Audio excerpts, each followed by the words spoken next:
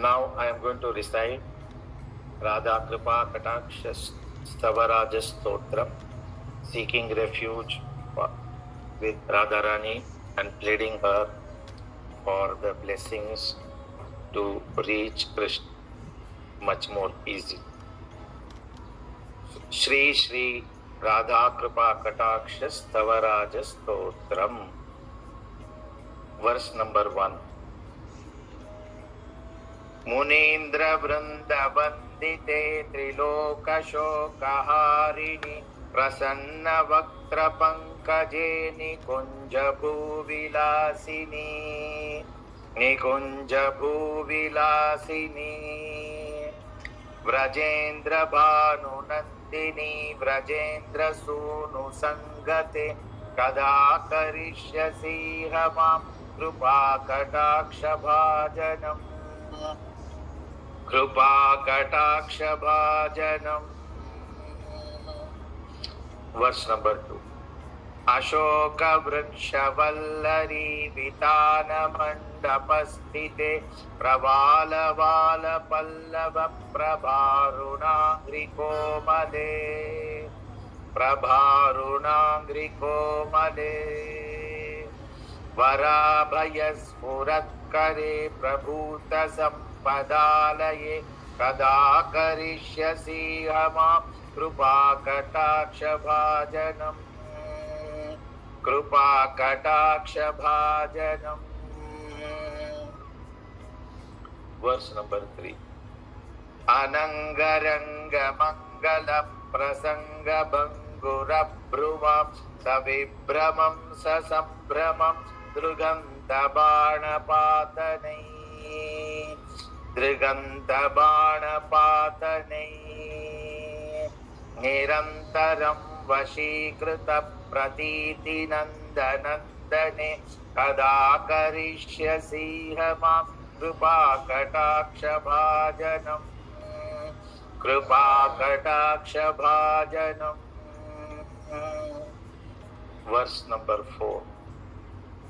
Tadit Suvarna Champaka Pradipta Gaura Vigrahe Mukha Prabha Parasta Koti Sharadendu Mandale Sharadendu Mandale Vichitra Chitra Sanchara Chakora Shavalochane Kada Karishyasi Hama Krupa Kataksha Bhajanam Krupa Kataksha Bhajanam.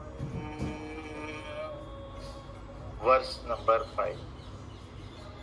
Madon Madati Yauvane Pramodamana Mandite Priyanuragaranjite Kala Vilasa Pandite Kala Vilasa Pandite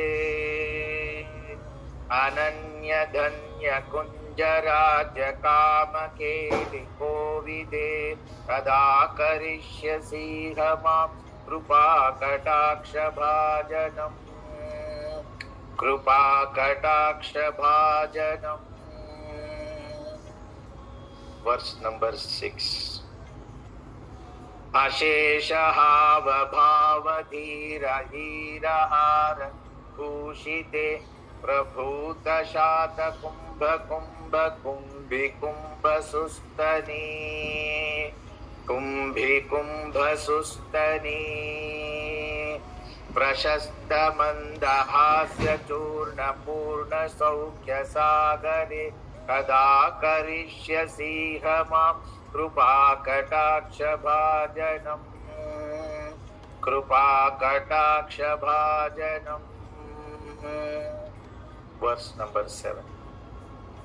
Mrunala Vala Vallari Tarangaranga Dorlate Latagralasya Lola Nila Lochanavalokane Lochanavalokane Lalallulan Nilan Manonya Mugdha Mohanashrite Kada Karishyasi Hamam Krupa Kataksha Bhajanam कृपाकटाक्षभाजनम्. Verse number 8. सुवर्णमालिकाञ्चितत्रिरेककम्बुकण्ठगे त्रिसूत्रमङ्गलीगुण त्रिरत्नदीप्तिदीदिति. त्रिरत्नदीप्तिदीदिति. चलोलनीलकुन्तलप्रसूनगुच्छगुम्फिते कदा करिष्यसीह मां कृपाकटाक्षभाजनम्. कृपाकटाक्षभाजनम्. Verse number 9. नितम्बबिम्बलम्बमानपुष्पमेखलागुणे प्रशस्तरत्नकिङ्किणि कलापमध्यमञ्जुले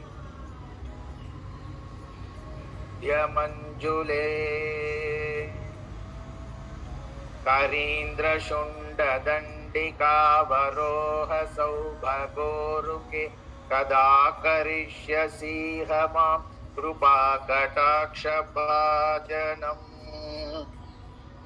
कृपाकटाक्षभाजनम्. Verse number 10.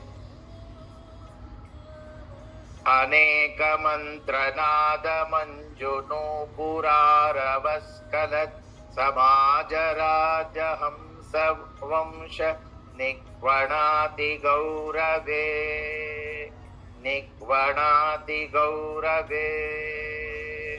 विलोलहेमवल्लरी विडम्बि चारुचङ्क्रमे कदा करिष्यसीह मां कृपाकटाक्षभाजनम्. कृपाकटाक्षभाजनम्. Verse number 11. अनन्तकोटिविष्णुलोकनम्रपद्मजार्चिते हिमाद्रिजापुलोमजा विरिञ्चजावरप्रदे. विरिञ्चजावरप्रदे. अपारसिद्धिरिद्धिदिग्धसत्पदाङ्गुलीनखे कदा करिष्यसीह मां कृपाकटाक्षभाजनम्. कृपाकटाक्षभाजनम्. Verse number 12. मखेश्वरी क्रियेश्वरी स्वदेश्वरी सुरेश्वरी त्रिवेदभारतीश्वरी प्रमाणशासनेश्वरी. प्रमाणशासनेश्वरी. रमेश्वरी क्षमेश्वरी प्रमोदकाननेश्वरी ब्रजेश्वरी व्रजाधिपे श्रीराधिके नमोस्तुते. श्रीराधिके नमोस्तुते. Verse number 13. इति ममद्भुतं स्तवं निशम्य भानुनन्दिनी करोतु सन्ततं जनं कृपाकटाक्षभाजनम्. कृपाकटाक्षभाजनम्. भवेत्तदैव सञ्चितत्रिरूपकर्मनाशनं लभेत्तदा व्रजेन्द्रसूनु मण्डलप्रवेशनम्. मण्डलप्रवेशनम्. फलश्रुति श्लोकास. Verse number 14. राकायां च सिताष्टम्यां दशम्यां च विशुद्धधीः एकादश्यां त्रयोदश्यां यः पठेत् साधकः सुधीः. Verse number 15.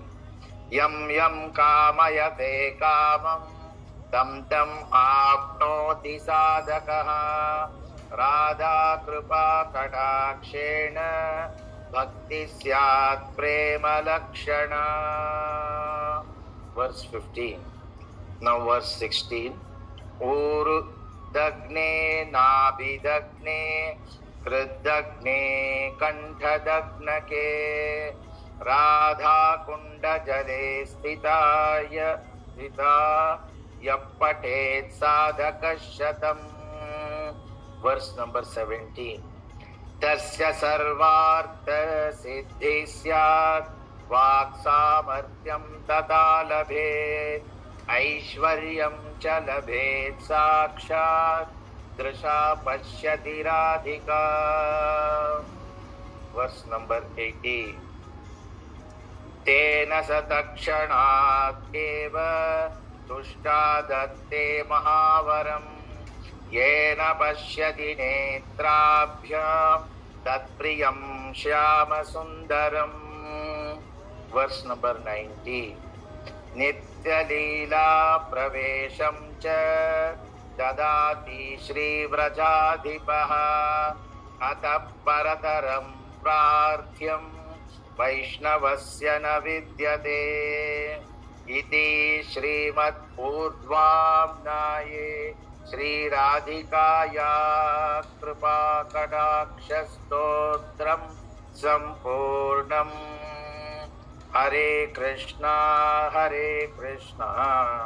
कृष्ण कृष्ण हरे हरे, हरे राम